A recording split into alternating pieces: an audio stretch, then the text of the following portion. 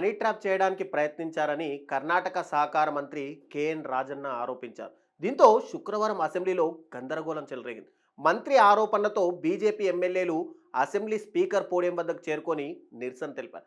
దీంతో 18 మంది బీజేపీ ఎమ్మెల్యేలను స్పీకర్ సస్పెండ్ చేశారు. మంత్రి రాజన్న ఫిర్యాదు చేసిన వెంటనే సమగ్ర దర్యాప్తు జరిపిస్తామని హోంమంత్రి పరమేశ్వర అన్నారు. రాజన్న తన ఫిర్యాదులో విషయాలన్నీ స్పష్టంగా చెప్పే వరకు ఆయన ఆరోపణలపై ఎటువంటి అంచనాకు రాలేమని హోంమంత్రి అసెంబ్లీలో ప్రకటించారు. దీంతో బీజేపీ ఎమ్మెల్యేలు మరింత దూకుడుగా వివరించారు.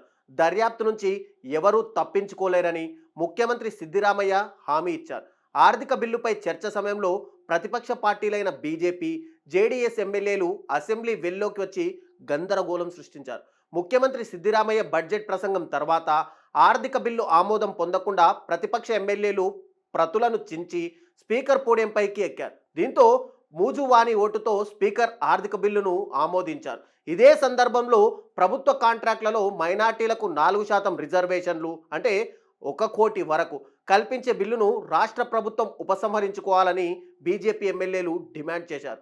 సిద్దిరామయ్య ముఖ్యమంత్రిగా ఉన్న సమయంలో షెడ్యూల్డ్ కులాలు, షెడ్యూల్డ్ తెగలు, వెనుకబడిన తరగతులకు ఇలాంటి రిజర్వేషన్ కల్పించారు. ఇప్పుడు ఈ ప్రతిపాదనలు ముస్లింలు, క్రైస్తవులు, జైనులు, సిక్కులు మొదలైన మైనార్టీ వర్గాలకు అవకాశం కల్పించడంతో ఇది హలాల్ బడ్జెట్ అని చెప్పి బీజేపీ పేర్కొంటుంది.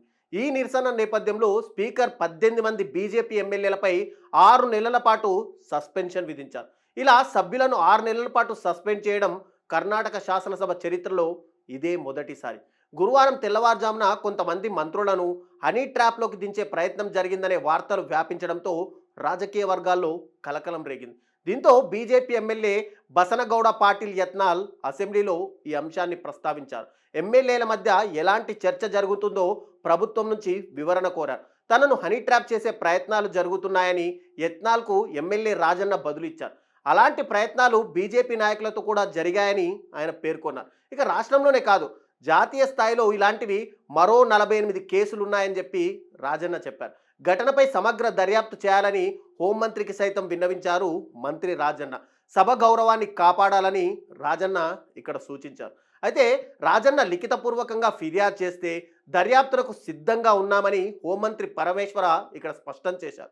అసెంబ్లీలో ఈ చర్చకు కొద్దిసేపటి ముందు ప్రజా పనుల శాఖ మంత్రి అయినటువంటి సతీష్ జార్కిహోళి విలేకరులతో మాట్లాడుతూ గత 2 దశాబ్దాలుగా ఇలాంటి సంఘటనలు జరుగుతున్నాయని చెప్పారు. అయితే ప్రతి పార్టీలోనూ అంటే కాంగ్రెస్, బీజేపీ, జేడీఎస్లలో దీని బాధితులు ఉన్నారని సతీష్ అన్నారు. గతంలో బీజేపీ ప్రభుత్వంలో మంత్రిగా ఉన్న రమేష్ జార్కిహోళి ఒక మహిళతో అభ్యంతరకరంగా కలిసి ఉన్న సీడీ వెలుగులోకి రావడంతో ఆయన పదవికి రాజీనామా చేశారు. ఈ రమేష్ సోదరుడే సతీష్ జార్కిహోళి.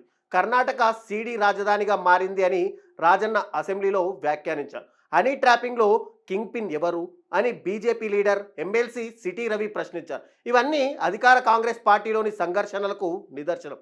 కానీ ఈ ప్రకటనలలో బీజేపీ నాయకుల పేర్లు కూడా రావడం చర్చనీయాంశమైంది. దీంతో ఈ ఘటనలపై ముఖ్యమంత్రి రాజీనామా చేయాలని బీజేపీ నాయకులు డిమాండ్ చేశారు.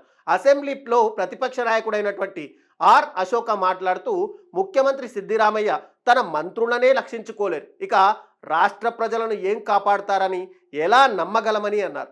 ఎమ్మెల్యేల సస్పెన్షన్ తర్వాత బీజేపీ, జేడీఎస్ ఎమ్మెల్యేలు అసెంబ్లీ నుంచి రాజ్భవన్ వరకు పాదయాత్ర చేశారు. ప్రభుత్వ కాంట్రాక్టులలో ముస్లింలకు రిజర్వేషన్ కల్పించే చట్టాన్ని అనుమతించవద్దని గవర్నర్ దావర్చంద్ గెహ్లాట్కు ఎమ్మెల్యేలు విజ్ఞప్తి చేశారు. ముస్లిం బాలికల ఉన్నత విద్యకు నిధులు ఏర్పాటు చేయడానికి బదులుగా హిందూ బాలికలను లవ్ జిహాద్ నుంచి కాపాడడానికి ముఖ్యమంత్రిని నిధులు ఏర్పాటు చేయాలని బీజేపీ కర్ణాటక అధ్యక్షుడు బివై విజయేంద్ర అన్నారు. 4,09,00,000 బడ్జెట్లో మైనార్టీలకు 1% లేదా 4,000 కోట్లు మాత్రమే కేటాయించామని చెప్పి కాంగ్రెస్ ఇక్కడ స్పష్టం చేసింది.